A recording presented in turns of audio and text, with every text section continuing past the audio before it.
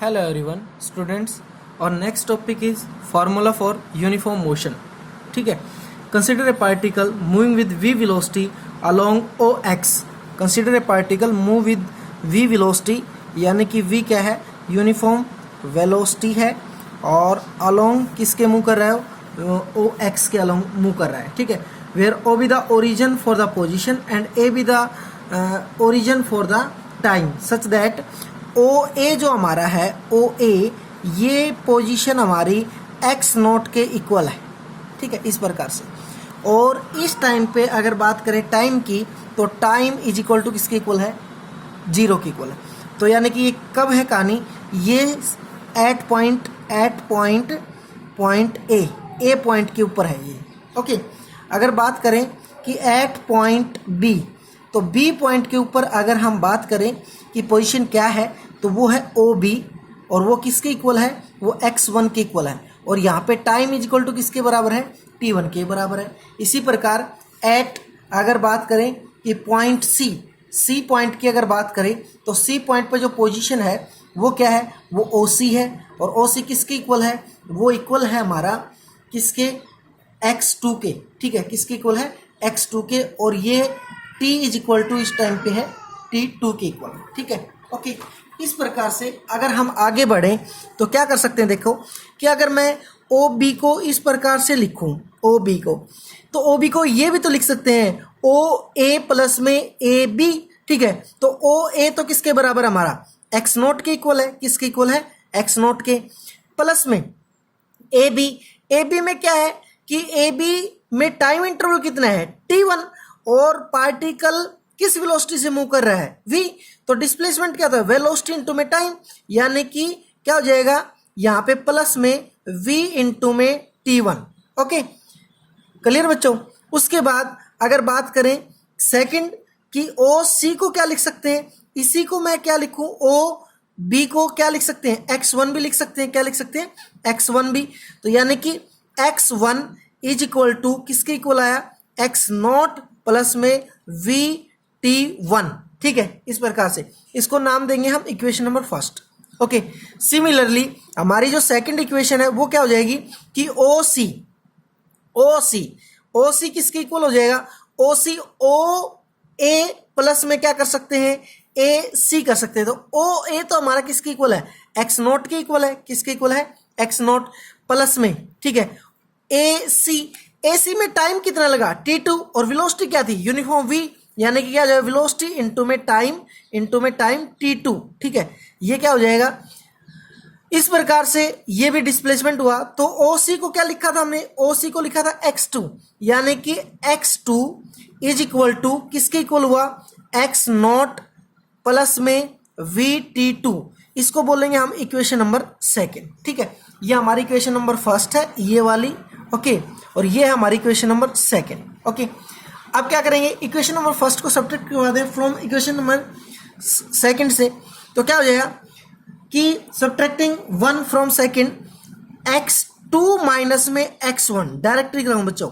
x2 minus में x1 is equal to, ठीक है, is equal to x naught. पहले x2 की वैल्यू रखो, तो x2 में क्या है? x नॉट प्लस में vt1.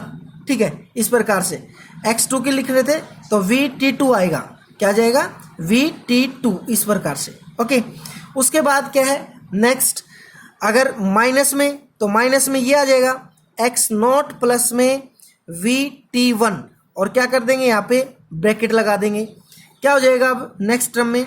x2 माइनस में x1 is equal to x naught plus में vt2 माइनस में x नॉट माइनस में vt1. ये क्या हो जाएगा? कैंसिल हो जाएगा. और नेक्स्ट टर्म क्या आ जाएगी? x2 माइनस में x1 इज इक्वल टू, दोनों में क्या कॉमन है? v कॉमन है. तो क्या हो जाएगा? t2 माइनस में t1. ठीक है, इस प्रकार से. अगर x2 माइनस में x1 को मैं क्या लिखूं? डिस्प्लेसमेंट, यानी कि s. तो क्या हो जाएगा? v. और t2 माइनस में t1 को क्या लिखूं? Time interval t. तो हमारे पास फार्मूला क्या आ गया? s is equal to v into में t. टी। तो इस प्रकार से हम क्या निकाल सकते हैं, फार्मूला फॉर यूनिफॉर्म मोशन। ठीक है, तो ये हमारा यूनिफॉर्म मोशन का क्या है, फार्मूला है। नेक्स्ट है position time graph. Position time graph अगर बात करें रेस्ट की, तो अगर कोई ऑब्जेक्ट रेस्ट पे है तो रेस्ट के ऊपर अगर ऑब्जेक्ट है तो टाइम के रेस्पेक्ट में उसका जो पोजीशन है वो चेंज नहीं होता कभी भी। ठीक है, तो इसका मतलब क्या है कि position time graph at rest, object is at rest, it is a straight line parallel to time axis. ठीक है, तो पोजीशन टाइम ग्राफ अगर ड्रॉ करने के लिए बोले आपको तो it is a straight line parallel to time axis, क्योंकि किसी भी टाइम पे पोजीशन चेंज नहीं हो रही, पोजीशन क्या है, फिक्स है। तो रेस्ट पे जो ऑब्जेक्ट रहता है तो उसकी पोजीशन क्या होती है, फिक्स रहती है। ठीक है, तो position time graph at rest क्या हो जाएगा, it is a straight line parallel to time axis. या फिर इस टाइप का अगर ग्राफ आएगा तो हम बोलेंगे कि ये रेस्ट का ग्राफ है पोजीशन टाइम का। ओके, इस प्रकार से। नेक्स्ट है यूनिफॉर्म मोशन। नेक्स्ट है when object is in uniform motion, कि ऑब्जेक्ट पहले पोजीशन टाइम ग्राफ था किसके ऊपर, रेस्ट के ऊपर, अब की बार क्या है, पोजीशन टाइम ग्राफ ही है लेकिन किसके ऊपर है, रेस्ट के ऊपर है। ठीक है, कंडीशन क्या है, रेस्ट नहीं है, यूनिफॉर्म मोशन है। तो it is straight line inclined some angle on time axis. तो यूनिफॉर्म मोशन के लिए हमें क्या पता है, ओरिजिन से कुछ डिस्टेंस यूनिफॉर्म मोशन आने तक जो लगता है वो पॉइंट ए है, ए के बाद में ये लाइन क्या जा रही है, स्ट्रेट जा रही है। इसका मतलब यूनिफॉर्म मोशन में पोजीशन तो चेंज होती है विद रिस्पेक्ट टू टाइम, तो पोजीशन तो चेंज हो रही है। ठीक है, लेकिन क्या है, it is straight line graph. तो यूनिफॉर्म वेलोसिटी का जो ग्राफ होता है वो क्या होता है, स्ट्रेट लाइन होता है, इस प्रकार से। तो यानी कि स्ट्रेट लाइन ग्राफ में यूनिफॉर्म मोशन को किस प्रकार से रिप्रेजेंट करेंगे, हम उस बात पे चर्चा करेंगे। तो t1 टाइम पे पोजीशन हमने कंसिडर की कि पार्टिकल की क्या है, c, और c t1 टाइम पे पोजीशन है तो उसका डिस्प्लेसमेंट कितना है, x1 है, कितना है, x1। इसी प्रकार t2 टाइम पे अगर उसकी पोजीशन देखी जाए तो t2 टाइम पे पोजीशन क्या है, e, और उस टाइम पे उसका डिस्प्लेसमेंट क्या है, x2। इसका मतलब क्या है कि t2 माइनस t1 इंटरवल में डिस्प्लेसमेंट जो होगा वो किसके बराबर होगा, वो x2 माइनस में क्या हो जाएगा, x1 हो जाएगा। क्या हो जाएगा, x2 माइनस में x1। t2 माइनस में t1 टाइम का जो डिस्प्लेसमेंट है वो x2 माइनस में x1 हो जाएगा। तो अगर यहाँ पे वेलोसिटी हमने निकालनी हो यूनिफॉर्म मोशन की, तो वेलोसिटी का फार्मूला जो होता है वो होता है डिस्प्लेसमेंट ओवर में टाइम। तो यानी कि x2 माइनस में x1 डिवाइड में t2 माइनस में t1, हमारे पास ये क्या आ गया, फार्मूला आ गया। ठीक है, इस प्रकार से यूनिफॉर्म मोशन का। ओके, अगर हम इसको इन फॉर्म ऑफ स्लोप लिखना चाहें तो ये जो हमने निकाला है कि v is equal to x2 minus में x1, x2 माइनस में x1, t2 माइनस में t1 इज इक्वल टू, इसको क्या लिख सकता हूं मैं, इसको लिख सकता हूं कि ये जो है ना, ये तो हमारा डिस्प्लेसमेंट यानी कि de है ये। ठीक है, ओके, और ये जो है ना हमारा t2 माइनस t1, ये क्या है, ये है cd टाइम। तो यानी कि इस ट्रायंगल में अगर देखा जाए तो परपेंडिकुलर और में क्या आ जाएगा, बेस। तो परपेंडिकुलर और में बेस क्या होता है, टेंजेंट अल्फा एंगल मान रखा है तो अल्फा हो जाएगा, यानी कि v इज इक्वल टू क्या हो जाएगा, टेंजेंट अल्फा। इसका मतलब क्या है, इसका मतलब ये है कि position time graph uniform motion में the slope of position time graph represent velocity, कि स्लोप जो होता है, ये जो स्लोप है, ये एंगल है, ये क्या होता है, स्लोप होता है। और स्लोप ही यूनिफॉर्म मोशन में पोजीशन टाइम ग्राफ में किसको रिप्रेजेंट करता है, वेलोसिटी को रिप्रेजेंट करता है। ठीक है, hence velocity of an object in uniform motion is equal to the slope of position time graph. ठीक है, ओके।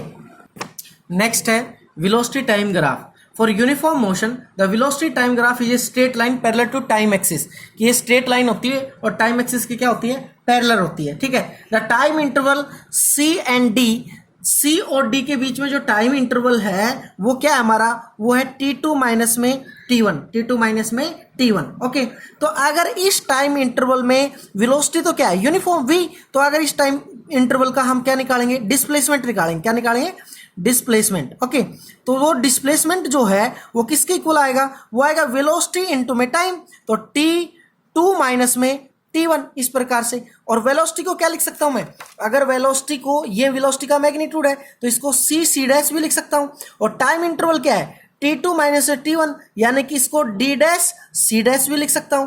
और ये चीज क्या हुई, देखो, लेंथ इनटू में ब्रेथ, तो यानी कि ये क्या हो जाएगा, ये हो जाएगा एरिया। ठीक है, क्या हो जाएगा, ये एरिया, और ये एरिया कौन सा हो जाएगा, C, C dash, D, D dash, ठीक है, ये एरिया हो जाएगा। ओके, इसका मतलब ये हुआ कि जो डिस्प्लेसमेंट है वो area under the velocity time graph का जो एरिया है उसके इक्वल आ रहा है in magnitude velocity time graph में, ठीक है, कि यूनिफॉर्म मोशन के वेलोसिटी टाइम ग्राफ में डिस्प्लेसमेंट को किस प्रकार से रिप्रेजेंट किया जा सकता है, तो area of velocity time graph, ठीक है, area of velocity time graph की क्या होता है, इक्वल होता है। और बच्चों ये जो एसआई यूनिट होती है डिस्प्लेसमेंट की वो मीटर आएगी, तो यहाँ एरिया का केवल मैग्नीट्यूड यूज हो रहा है, तो यानी कि जो एरिया है उसका जो मैग्नीट्यूड है वही रिप्रेजेंट करता है किसको, डिस्प्लेसमेंट को, किसमें, यूनिफॉर्म मोशन के वेलोसिटी टाइम ग्राफ में।